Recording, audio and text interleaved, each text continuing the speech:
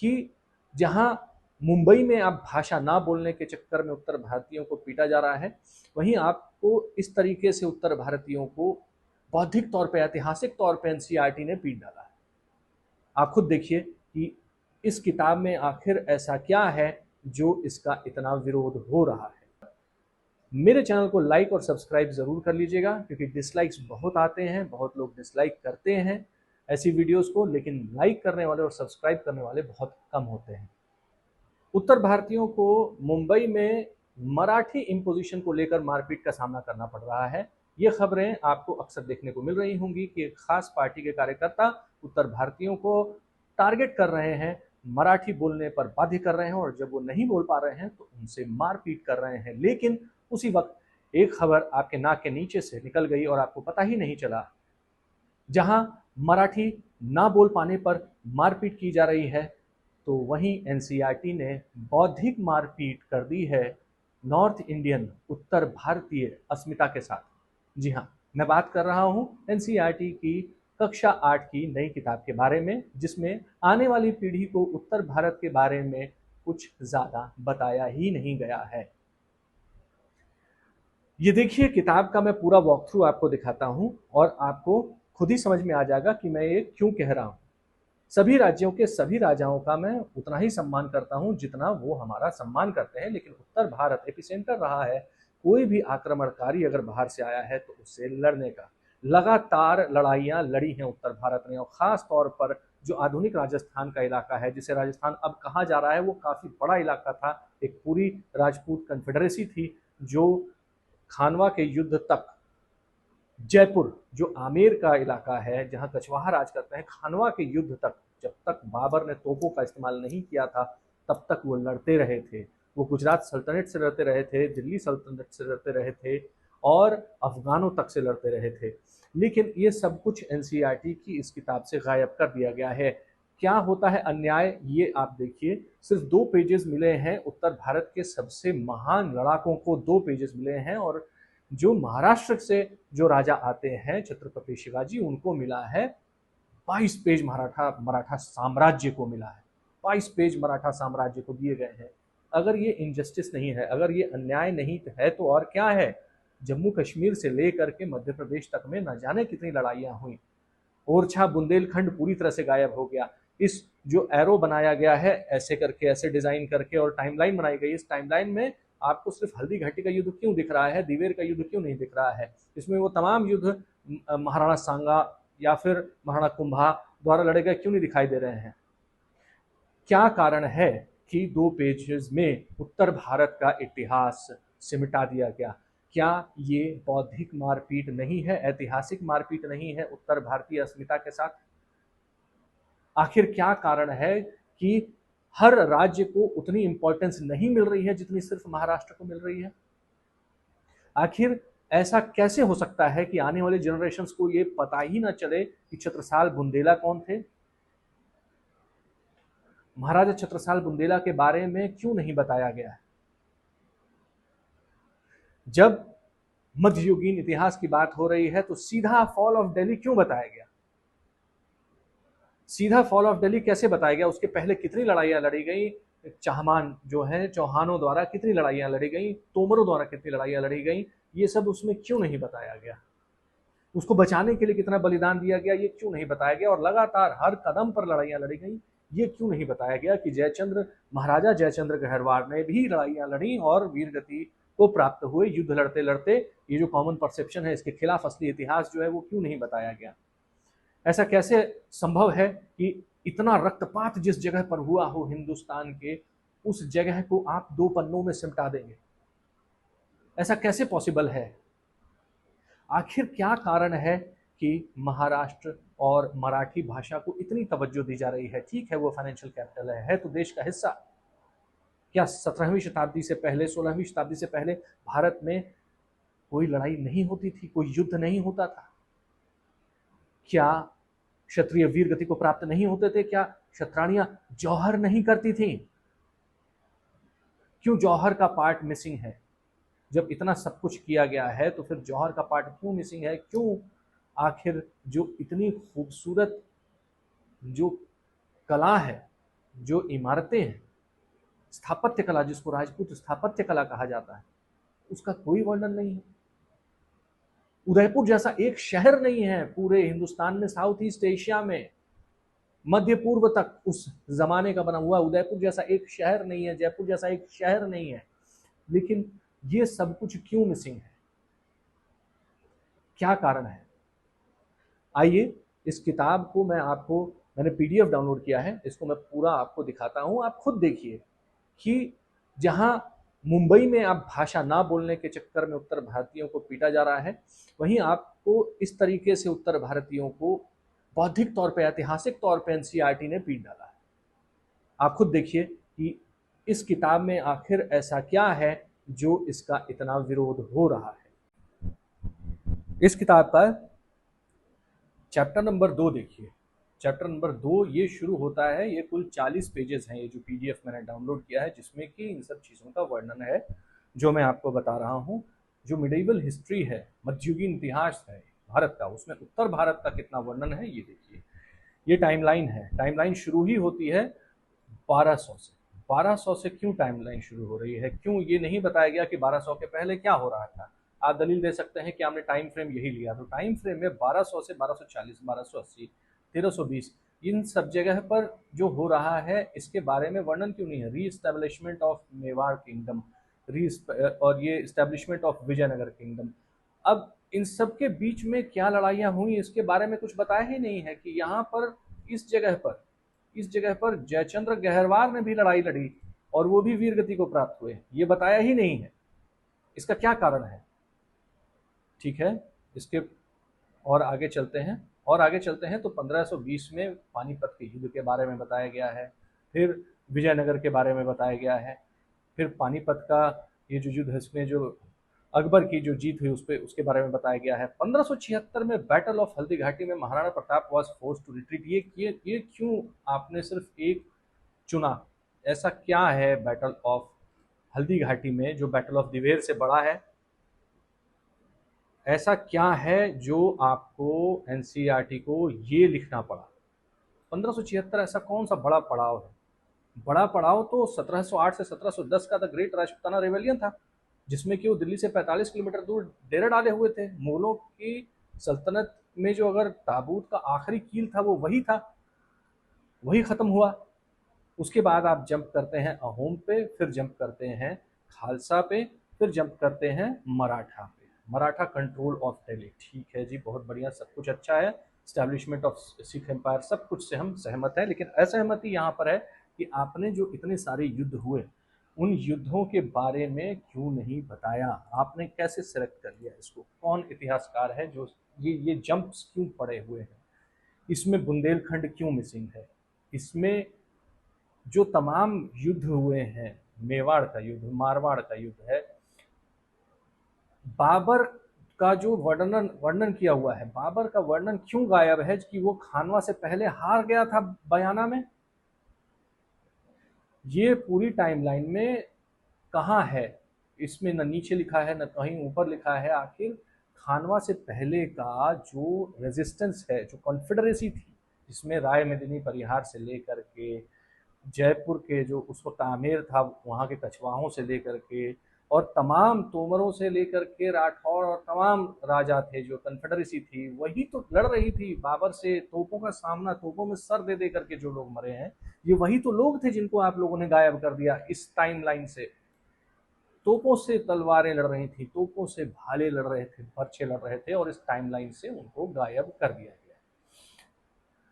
अब इसमें ये मैप देखिए, ये मैप में जैसे बताया गया है कि किसका कितना डायनेस्टी का टाइम था, ये यहाँ पर टाइमलाइन दी हुई है, डायनेस्टी के टाइमलाइन दी हुई, जिसमें कि उत्तर भारत का टाइमलाइन में से जो बड़ा भूभाग है उसकी टाइमलाइन का कुछ अता पता नहीं है। इस इलाके का, ये जो इलाका है पूरा, ये इसका इसका क्या अता पता क्यों नहीं है? इसको गायब कर दिया गया है।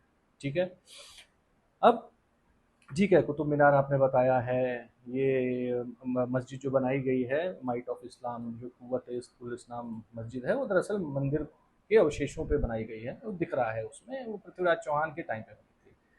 Rise and fall of Delhi सल्तनत सिक्का चल रहा है, ठीक है, मोहम्मद बिन तुगलक के बारे में बता रहे हैं। चलते चलते फिर रेजिस्टेंस टू दिल्ली सल्तनत में आपने इसको समअप किया, एक समरी लिखी है कि कैसे किस किस ने क्या क्या किया। एक समरी में ये जो अच्छी अच्छी मूर्ति कला है अपनी, उसके बारे में भी आपने दिखाया है, जिक्र किया। अब आते हैं कुंभलगढ़।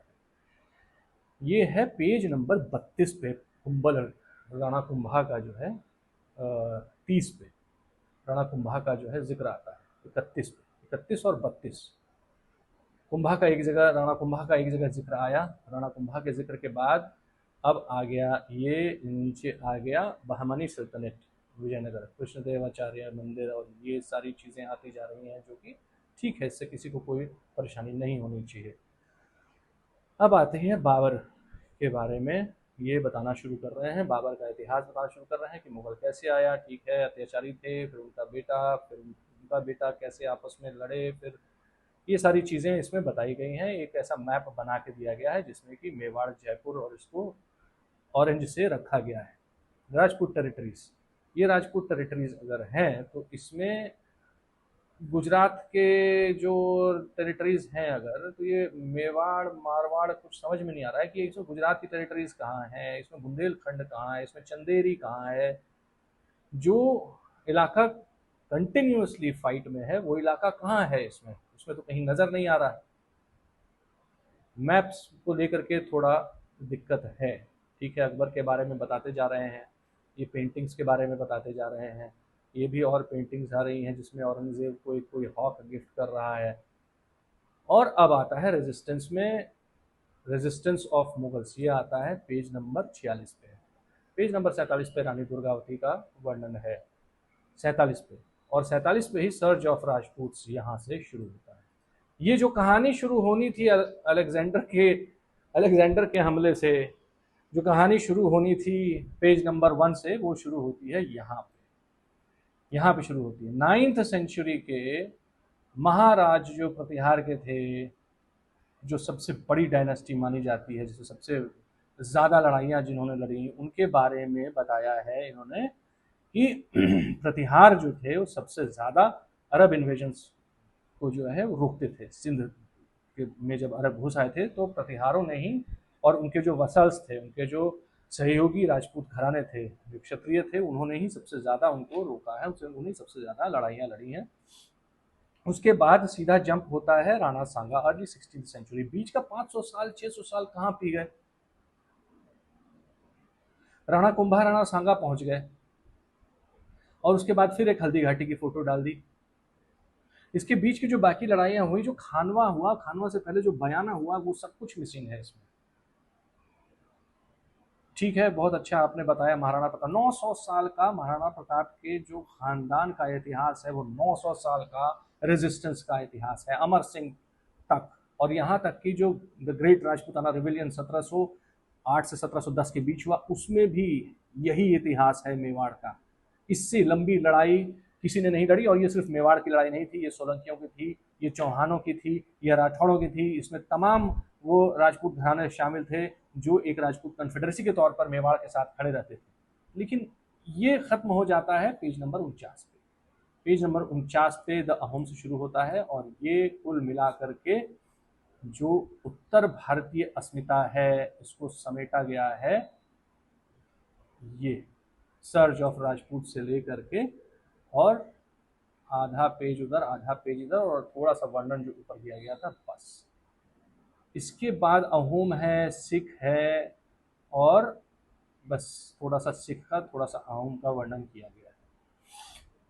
अब देखिए, अगर यही पैटर्न पे ये चलता रहता, अगर इसी पैटर्न पे चलता रहता कि इस तरीके की चीज़ें बताई जा रही हैं और ये सब कुछ हो रहा है, उसमें एग्रीकल्चर में क्या डेवलपमेंट हुआ और कैसे लोग जीते थे, तो अच्छी बात थी। लेकिन जब आपको रेजिस्टेंस दिखाना है और गवर्नेंस दिखाना है, तो फिर ऐसा आपने अन्याय क्यों किया कि द राइज ऑफ मराठा जो चैप्टर 3 है, ये पूरा का पूरा चैप्टर जो आपको यहाँ नीचे दिख रहा है, ये पूरा का पूरा चैप्टर, पूरे के पूरे 22 पन्ने राइज ऑफ मराठास।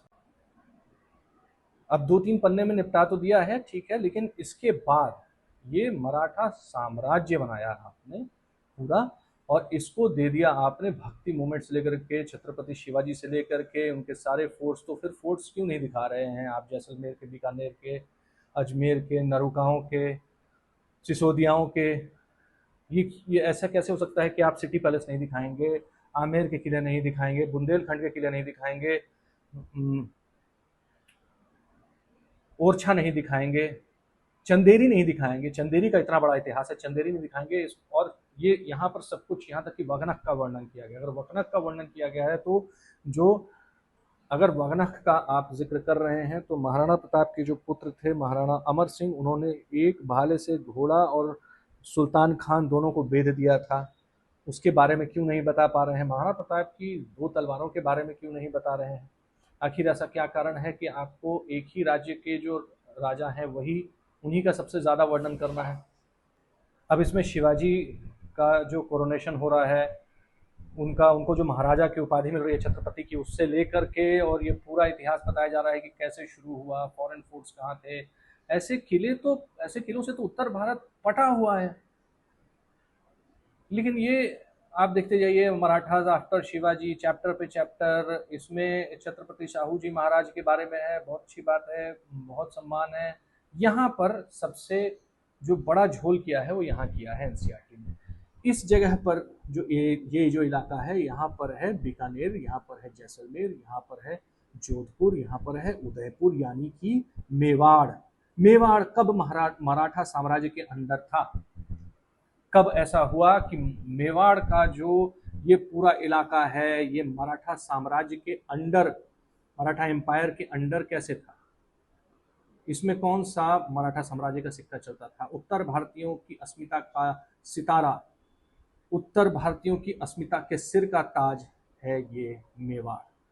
ये कब चला गया मराठा एम्पायर के अंडर? ये बड़ा ही कंफ्यूजिंग है। ये आखिर कैसे हुआ? यहाँ पर भरतपुर का स्टेट है, भरतपुर जहाँ पर जाट जो राजा हैं वो राज करते हैं। ये कब चला गया इनके अंदर? यहाँ ढोलपुर है, यहाँ मारवाड़ मेवाड़ के अलावा भी तमाम ऐसे जो स्टेट्स थे वो एग्जिस्ट अभी भी करते हैं, और अभी भी वहां पर ऐसा कोई सिक्का नहीं है जो इस एम्पायर के नाम पर चला। जयपुर कब इस पूरे साम्राज्य के अंदर जयपुर कब था? कब से कब तक था? इसका कोई पीरियड नीचे मेंशन नहीं किया गया। हैपहैज़र्डली ऐसे ही उठा करके लिख दिया गया है कि ये ऐसे ऐसे था, लेकिन ये कब से कब तक था? जो पिछले मैप में आपको जो रूल का टाइम दिख रहा था वो यहाँ पर टाइमलाइन नहीं दिखाई गई है। इसमें मेवाड़ को इंक्लूड कर दिया गया है। इसमें जो कोटा है, बूंदी है, उस सबको, बूंदी का जो राजघराना है, उन सबको इन्वॉल्व कर दिया गया है, इसके अंदर इंक्लूड कर दिया गया है। और अगर इंक्लूड किया गया है तो उसका कोई टाइमलाइन नहीं दिया गया है, और न ही उसको लेकर के कुछ बताया गया है। ये सब बड़े बड़े से city ruled by Marathas and allies. इस सिटी में यहाँ पर जब आपने ये पूरा पेंट कर दिया है तो इसमें यहाँ पर जो सिटी है उदयपुर, उसको क्यों छोड़ दिया? जोधपुर को क्यों छोड़ दिया? बीकानेर को क्यों छोड़ दिया? जैसलमेर को क्यों छोड़ दिया? कोटा को क्यों छोड़ दिया? जयपुर को क्यों रखा? और रखा ही जयपुर को तो बताएं कि कब से कब तक का रूल है यहाँ पर, बताएं। ये ऐसे कैसे ये मैप को ड्रॉ किया गया है? इसको लेकर के जो फिलहाल जो बूंदी के गादीपति हैं उन्होंने भी अपना विरोध जताया है कि आखिर ऐसा कैसे कर दिया। यहाँ जो ये जो उत्तरी भाग है, यहाँ से लेकर के यहाँ तक का ये एपिसेंटर रहा है लड़ाइयों का, लेकिन इसके बारे में वर्णन नहीं किया, और उसके साथ ही उसको इस एम्पायर का पार्ट बता दिया। बहुत महान मराठा एम्पायर रहा, बहुत अच्छे महान शक्तिशाली योद्धा रहे, लेकिन ये ऐसा मेवाड़ के साथ क्यों किया, मारवाड़ के साथ क्यों किया? एनसीईआरटी को इसका जवाब देना चाहिए कि आखिर ये क्यों हुआ है। ये नीचे पेज नंबर देखिए, जैसे जैसे मैं स्क्रॉल कर रहा हूँ वैसे वैसे पेज नंबर यहाँ देखते जाइए, ये चलता जा रहा है। ये कैसे जो मराठा किंगडम था वो कैसे चलता था, उसके बारे में ये सब बताते जा रहे हैं, सब कुछ बताते जा रहे हैं। उनका क्या सिक्का था, यही सिक्के के बारे में मैं बात कर रहा था, यही सिक्के के बारे में मैं बात कर रहा था। Mughal style of coinage owing to its popularity. तो ये सिक्का आखिर जो ये बताया जा रहा है, इसमें ये सिक्का जयपुर में, उदयपुर में, जोधपुर में, बीकानेर में क्यों नहीं मिलता है? ये सिक्के कहाँ मिले? क्या एनसीईआरटी बता सकता है कि ये जो सिक्के यहाँ पर हैं वो इनमें से किस स्टेट में चल रहे थे? क्या अहमदाबाद में चले, वडोदरा में चले, इंदौर में चले? वो सिक्के क्या जयपुर में चले? क्या वो सिक्के दिल्ली में चले, लाहौर में चले, अटक में चले, पेशावर में चले? उत्तर भारत के किस किस इलाके में, किन किन स्टेट्स में ये सिक्के चले? क्या ये एनसीईआरटी बता सकता है? क्या इस सवाल का जवाब दे सकता है कि उदयपुर का जो इलाका है उसको क्यों पेंट किया हुआ है जबकि नाम नहीं लिखा है? किस बात का डर था नाम लिखने में?